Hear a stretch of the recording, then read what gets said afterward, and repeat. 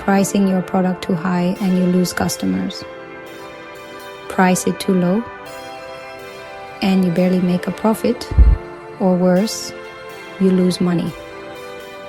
So how do you find that perfect price that attracts customers while maximizing your profits? Pricing isn't just about covering costs. It's about positioning your product, increasing sales, and ensuring long-term profitability. Here's why smart pricing is crucial. Impacts customer perception. Premium pricing creates a perception of high value. Cheap pricing can make products look low quality. Determines profitability. A business making 10 sales at $50 profit per unit earns more than one selling 100 units at $2 profit per unit. Affects competition. Price too low and you start a price war. Price too high and customers choose competitors. Example: Starbucks doesn't sell the cheapest coffee, but their branding and premium pricing make them more profitable than competitors.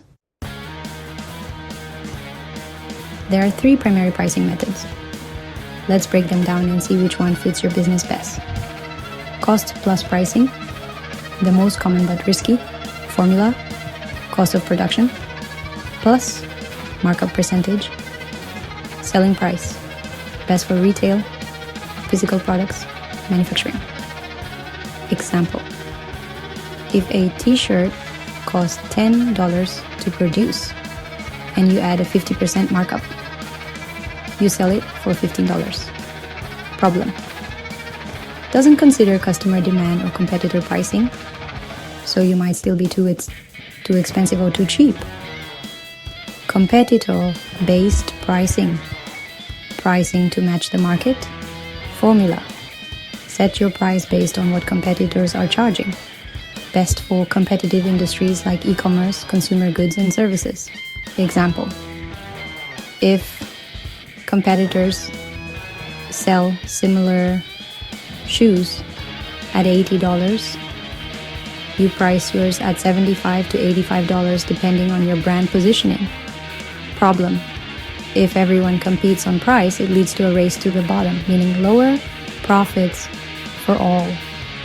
Value-based pricing, the best for maximum profit. Formula: set price based on how much value the product provides to the customer. Best for premium brands, unique products, and service-based businesses. Example: Apple's iPhones cost more than other smartphones, but customers pay more because of brand value and perceived quality. Why it works. You charge based on customer demand and perceived value rather than just production costs. That's so, which method should you use? Ideally, you should use a mix of competitor-based and value-based pricing while ensuring your costs are always covered. Let's break down the step-by-step formula you can use to set the perfect price. Step 1. Calculate your total costs. Add up product costs, materials, production, labor, packaging, shipping. Include overhead costs like rent, marketing, and website fees. For example, if a candle costs $5 to make and your overhead is $3 per unit, your total cost is $8. Step 2. Research competitor pricing. Look at direct competitors selling similar products. For example, if your competitors sell candles for $25, you know the market supports that price. Step 3. Set a value-based price. Ask, what problem does my product solve? What emotional or functional value does it provide? If your candles use premium organic wax and handmade packaging, you can price them at $30 to $35 instead of just matching competitors. Step 4. Test and adjust based on customer feedback. Run A/B testing with different price points. Offer discounted bundles to increase perceived value. Track sales and customer reactions to find the sweet spot. Even the best businesses make pricing mistakes. Here's what to watch out for. Pricing too low. If you price too cheap, customers assume low quality, ignoring hidden costs. Shipping, taxes, marketing can eat into profits. Not testing. Different price points. Your perfect price is usually found by experimenting, not considering psychological pricing. Prices ending in D.99 feel cheaper while round numbers feel premium. For example, luxury brands avoid .99 pricing because whole numbers like $100 feel more valuable than $99.99. Want to boost profits without scaring away customers with high prices? Try these strategies. Offer bundles and packages.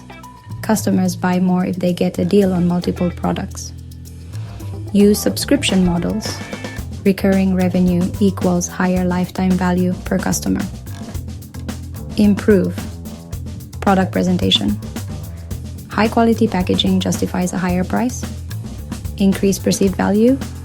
Add premium service, exclusive access, or limited editions. For example, Netflix doesn't sell movies individually. They offer a subscription model for consistent revenue. Now, you know how to price your products for maximum profit. Which strategy are you using? Drop a comment below.